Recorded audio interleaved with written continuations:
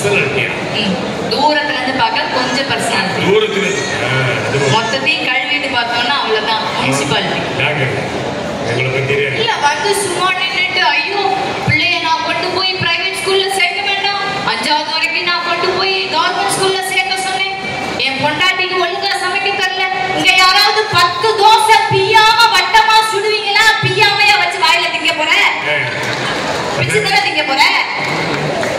இல்ல என்ன வசனம்னு கேக்குறேன். கல்யாணம் ஆயிடுச்சுல, பொண்டாட்டி பிடிக்கல, பொண்டாட்டிய கண்டாலே எரிச்சது, இதுல கூட்டத்துக்கு ஆம்பளைங்க எல்லாம் சேர்ந்து அந்த கல்யாணம் ஆகாத அரட்டிக்கிட்டு பூரா கை தட்டுது.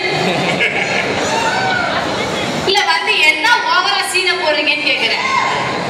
பொண்டாட்டி பிடிக்கல, பொண்டாட்டியால பிரச்சனை, பொண்டாட்டியே பிக்கல் கொடுங்கல்ல, வா என் சொந்த செலவுலயே நாளைக்கு திங்கக்கிழமை சென்னை ஹைகோர்ட்ல நானே டைவர்ஸ் வாங்கி தரேன், வா போலாம். இல்ல வந்து என்ன ஓவரா பேசுறதுன்னு கேக்குறேன். அதுவும் நடுவர் வந்து சேலை வாங்கி கொடுத்தாதான் பொண்டாட்டி சொல்லிட்டாங்களா, உங்களை மட்டும் பேசாம விட்டுருவேன்னு நினைக்கிறீங்களா? என் பொண்டாட்டிக்கு சேலை வாங்கி கொடுத்தேன், என்ன மாதிரி நல்ல மனுஷன் இருக்க முடியுமா? ஒரே ஒரு விஷயம் சொல்றேன், நல்லா தெரிஞ்சுக்கங்க. ஒரு பொம்பளை சேலையை பார்க்கறதுக்கு ஒரு ஆம்பளைங்க சேலையை பார்க்கறதுக்கு நிறைய வித்தியாசம் இருக்குக்கா. உண்மைன்னா நான் சொன்னதுக்கு அப்புறம் கை தட்டுங்க. ஒரு லேடிஸ் இந்த மாதிரி மாலுக்கோ நல்ல காரியத்துக்கோ போய் ஒரு பெண் கட்டி இருக்கிற சேலையை பார்த்தா வாவ் என்ன சூப்பரா இருக்கு இந்த சாரி, இதே மாதிரி சேலையை நான் வாங்கி கட்டுறனா இல்லையான்னு பாரு அப்படின்னு யோசிக்கிறது பொம்பளைங்க. இந்த சேலை கட்டி இருக்கிறவளையே நான் கட்டுறனா இல்லையான்னு பாரு யோசிக்கிறது தான் ஆம்பளைங்க. அப்படிலாம் இல்லம்மா, அப்படிலாம் இல்ல மாதிரிலாம் சொல்லாதீங்க. இது ரொம்ப அழகான சேலை சொல்லுன்னு வச்சுக்கோ, மக்கள் இருக்கு. ஏன்னா அடுத்த அதே மாதிரி புடவை கேட்பீங்க, அதனால உன்னை புடவை கடையே கூட்டு போடுங்க, ஆக்காத மறைச்சு மறைச்சு கூட்டு போயிருக்கோம். இல்ல புடவை கடையில இருக்கிறவங்களுக்கு தான் பொறுமை தேவையா? நான் என்ன கேட்கிறேன், கட்டின பொண்டாட்டிக்கு புடவை கூட வாங்கி தர முடியல, நீ எல்லாம் எதுக்கு கல்யாணம் பண்ற? எதுக்கு கல்யாணம் பண்ற? உள்ளதான் உள்ளதான் என்ன இல்லம்மா. இல்ல நானும் எவ்வளவு நேரமாக அடக்க ஒடுக்கமா இருக்கிறது. உண்மையாவே பெண்கள் நாங்கெல்லாம் எவ்வளவு பெரிய தியாக சீலர்கள் தெரியுமா? எப்பேற்பட்ட புருஷன் வேணும்னு ஆசைப்படுறோம். பாண்டியன் ஸ்டோர்ஸ் 1ல பார்த்திருப்பீங்க. கதிர் மாதிரி, ஜீவா மாதிரி, ஏன் மூர்த்தி மாமா மாதிரி புருஷன் கிடைக்க மாட்டாரான்னு ஏங்குறோம். வந்து வாக்கிறதெல்லாம் பாக்கியலட்சுமி கோபி மாதிரியே வருது. எப்ப அடுத்தவங்க கொண்டாட்டிய பார்க்கலானே வந்தா எப்படி விளங்கும் வாழ்க்கைன்னு கேட்கிறேன். இவங்களால குடும்பம் அப்படியே தலைச்சு நிக்கிதான், சந்தோஷம் பொங்குதான். பொங்குற மூஞ்ச பாரு. அதே மாதிரி பாக்குற சீரியல் ஒரு பொம்பளை கூட அடுத்தவங்க குடும்பத்துக்கு எடுக்காம இருக்கு. இப்ப என்னையும் தீபாக்காவையும் பார்த்தா உங்களுக்கு அப்படி தெரியுதா? உங்களை சொல்லலாம், நீங்க குலவிளக்கு ஏமா போகும்போது அடி வாங்கிட்டு போக சொல்லுங்க. குத்து விளக்குன்னு சொல்லலாம், இந்த விளக்காலேயே குத்திட்டு போயிருவேன். ஆமா அப்படிதான் சொல்லியா. உண்மையாவே ஒரே ஒரு விஷயம் சொல்றேக்கா, நல்லா கேட்டுக்கங்க. எல்லா புருஷனும் ஒரே ஒரு வார்த்தையை சொல்லிதான் நம்ம எல்லாத்தையும் கவுத்திருப்பாங்க. ஏன் புருஷனும் சொன்னா என்ன வார்த்தை தெரியுமா? என்ன நம்பி வாழ் அழிந்தா உன்னை வச்சு காப்பாத்துறேன்னா இப்ப வரைக்கும் வச்சுதான் காப்பாத்துறான். கையில இருக்கிறது, கழுத்துல இருக்கிறது, காதுல இருக்கிறது எல்லாத்தையும் வச்சுட்டாங்க. இனி வைக்க ஒண்ணு இல்லை. கொஞ்சமாவது பொண்டாட்டிய வர்ணிக்கணும், லவ் பண்ணணுங்க. அது உண்மைதான். பொண்டாட்டியமா? சரி சரி, ஆமா ஆமா, பொண்டாட்டிய லவ் பண்ண நினைச்சேன். ஓகே, யார் பொண்டாட்டின்னு கேட்கலாம். என்ன வேணாலும் பண்ணுங்க.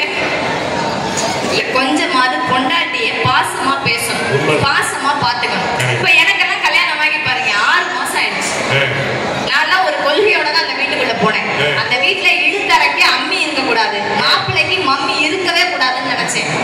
6 மாசத்துல அம்மியை தான் கட் பண்ண, மம்மி எதுவும் பண்ணல. சத்தியமா சொல்றேன், எனக்கெல்லாம் என் மாமியார் மாமனார் விட என் புருஷனுடைய மாமியார் மாமனார்னா அவ்வளவு பிடிக்கும். நல்ல ஒரு தடவை கை தட்டி கொடுங்க. புருஷனோட மாமனார் மாமியாரா?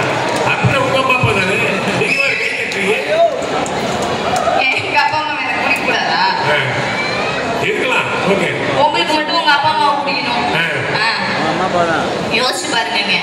கணவனுக்காக குலத்தை மாத்திக்கலாம், ஆனா குலதெய்வத்தை கூட மாத்திக்கிட்டு ஒரு பெண் கணவனுக்காக வரான்னு சொன்னா அந்த வாழ்க்கை உங்களுக்கு வரமா இல்லையான்னு மட்டும் யோசிச்சு பாருங்க. சில மூஞ்செல்லாம் சகிக்கவே முடியாதுக்கா புருஷனா, நினைச்சு கூட பார்த்துக்க முடியாது. ஆனா நாங்க வாழ்ற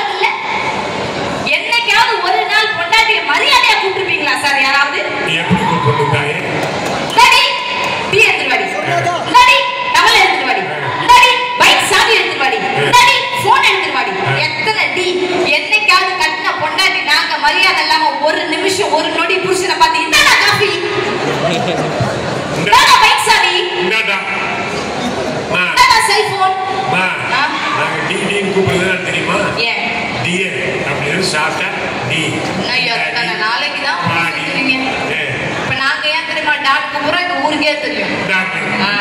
அப்புறம் என்ன?